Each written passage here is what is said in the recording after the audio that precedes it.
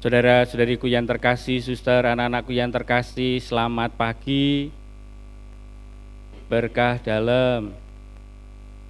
Bagaimana kabarnya di pagi hari ini? Bagaimana kabarnya anak-anak TK? Baik, wah luar biasa. Yang kono kalah sama suara yang ini ya. Bagaimana masih bertahan dengan pantang dan puasanya? Ada yang tidak lupa? Biasanya kan pertanyaan, siapa yang lupa? Tapi sekarang pertanyaan, siapa yang tidak lupa pantangnya? Semua diam semua. Berarti semua lupa. Semoga tidak lupa ya. Saudara-saudaraku yang terkasih, ada sebuah cerita pada suatu hari. Ada seorang romo yang bertanya kepada keluarga yang kebetulan minggu lalu tidak datang ke gereja. Ia bertanya, mengapa kamu kok minggu lalu tidak ke gereja? Sang ayah yang kebetulan sudah menjadi sahabat baik romo tadi menjawab, oh minggu lalu kami ke pantai pastor. Di pantai itu kami piknik dan kami misa di sana. Setelah keluarga itu pergi, pastor romo itu bergumam dan berkata dalam hatinya, bukan main, mereka ini bisa misa waktu piknik. Padahal tidak sedikit yang piknik waktu misa. Yang piknik waktu misa. Saudara-saudaraku yang terkasih, mungkin apa yang dikatakan pastor tadi berlebihan.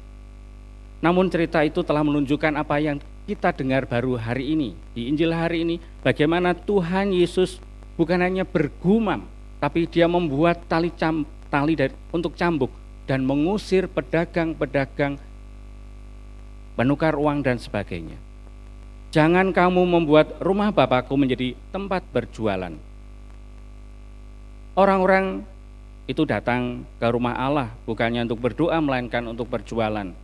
Mereka bukan menjadikan pasar menjadi tempat berdoa, melainkan menjadikan rumah doa sebagai pasar. Saudara-saudaraku yang terkasih, kemarahan Tuhan Yesus kepada orang-orang berjualan di rumah Bapaknya tidak semata-mata karena rumah Allah jadikan atau telah terjadi profanisasi atau desakralisasi terhadap rumah Allah. Tetapi karena di dalam rumah Allah itu telah terjadi atau telah menjadikan tempat rumah Allah sebagai tempat pemerasan, ketidakadilan dan penindasan. Sehingga bukan tidak boleh berjualan di halaman gereja. Engkau panitia Paskah ini, waduh Romo gak boleh dodolan, tidak boleh. Tetapi yang menjadi titik di mana Tuhan Yesus harus membuat cambuk dan membalikkan meja, mengusir pedagang-pedagang itu karena terjadi pemerasan ketidakadilan di dalam bait Allah. Sebagaimana latar belakang kisah Injil adalah di saat hari raya Paskah Yahudi sudah dekat, Yesus pergi ke Yerusalem. Karena pesta Paskah bagi orang Yahudi adalah pesta yang paling besar, yang paling dinanti-nantikan karena orang berusaha bisa merayakan Paskah di Yerusalem. Dan setiap laki-laki dewasa pasti punya keinginan harapan bisa ke Yerusalem. Bahkan guide lokal di sana itu, Mas Bis pasti dikatakan juga, barang siapa pernah sekali ke Yerusalem akan kedua kalinya. Nanti kalau ketemu kedua kalinya akan ketiga kalinya dan seterusnya.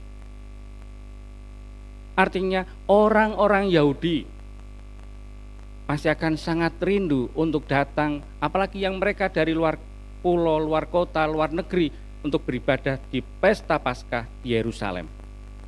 Namun kenyataannya untuk datang ke Yerusalem pertama-tama harus bayar pajak masuk ke ruang Kenisah Bait Suci. Bayar pajak supaya bisa merayakan Paskah di Yerusalem. Pajaknya murah apa larang? Ya pasti mahal. Bukan hanya mahal karena mata uang yang digunakan adalah mata uang yang berlaku hanya di Yerusalem atau di negara itu. Jadi kalau mata uang asing harus ditukar dengan mata uang yang berlaku di situ. Dan nilai tukarnya jangan dikira seperti rata-rata pada umumnya. Misalnya $1 kira-kira sekarang berapa Mbak Ani? Ini kok malah ngguyui. Mbak Ani ini ditanyai mesti guyu dhisik. Terus ninggal Mas Pius ngono ya. 15.000 kurang lebih ya. Itu normalnya untuk kepada rupiah. Kalau di negara sana 1 dinar, jangan dikira $1 itu 1 dinar. Tetapi $100 untuk 1 dinar untuk supaya membayar pajak pesta Paskah itu. Bisa dibayangkan kerinduan orang yang ingin merayakan Paskah di Yerusalem harus berjuang mati-matian nabung. Sampai di sana harus bayar pajak. Itu yang pertama. Orang merayakan Paskah tidak penuh sukacita karena rogo kudu bayar pajak. Yang kedua, di saat merayakan Paskah harus mempersembahkan hewan-hewan kurban, sapi, domba, lembu dan sebagainya itu. Tidak mungkin dong orang dari luar negeri membawa lembu, kambing, ora oleh numpak pesawat mengko. Mergo perengus. Makanya cari praktisnya, beli saja di bait suci. Kalau toh membawa sendiri juga jadi mahal, karena harus syarat hewan peliharaan adalah kira-kira apa Pak Kosmas? Tak bercacat ya. Kalau bahasane wong sebelah kita muel, jadi muel ya. Nah Bu Maria tahu soal itu ya.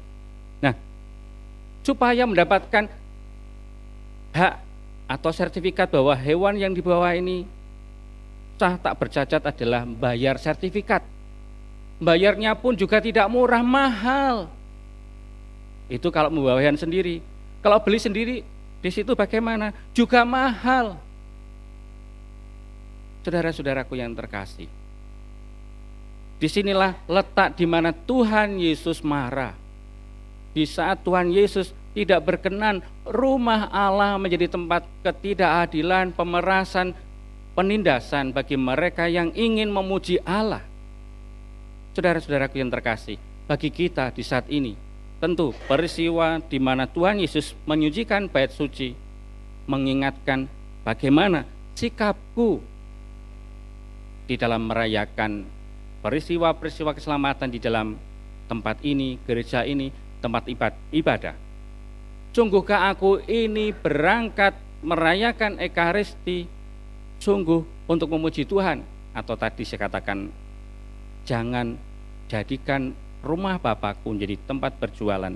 Atau kalau kata Romo tadi, tidak sedikit piknik di waktu misa.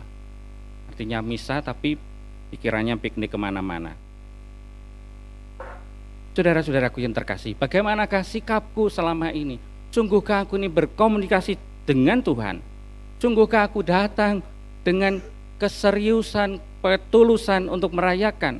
Jangan sampai menjadikan kita ini batu sandungan bagi mereka yang ingin datang merayakan Ekaristi.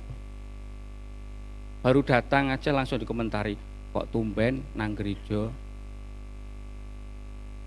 Jangan sampai kita menjadi batu sandungan karena jadi wong Katolik itu sulit loh, begini begitu begini.